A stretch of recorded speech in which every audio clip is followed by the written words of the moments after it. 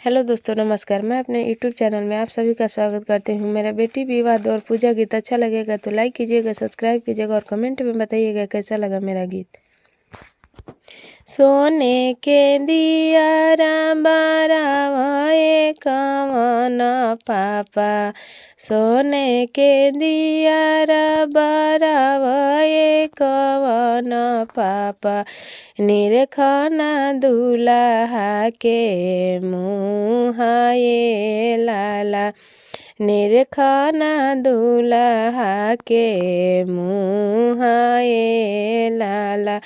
का हम निरखी बेटी दुल्हा के मुहावा हो, का हम निरखी बेटी दुल्हा के मुहावा हो। दुल्हा सूरुजवा के जोताए लाला, दुल्हा सूरुजवा के जोताए लाला। अखिया त देखी भर के आमावा के फरिया हो, अखिया त देखी भर के आमावा के फरिया हो। नकिया सुगनवा के ठोराए लाला, नकिया सुगनवा के ठोराए लाला। दुआरा पर मरकरी जलावे कवन भैया, दुआरा पर ट्यूबलाइट जलावे कवन भैया। निरखना जीजाजी के मुहाए लाला, निरखना जीजाजी के मुहाए लाला। का हम निरखी बहिनी जीजाजी के मुहावा हो, का हम निरखी बहिनी जीजाजी के मुहावा हो।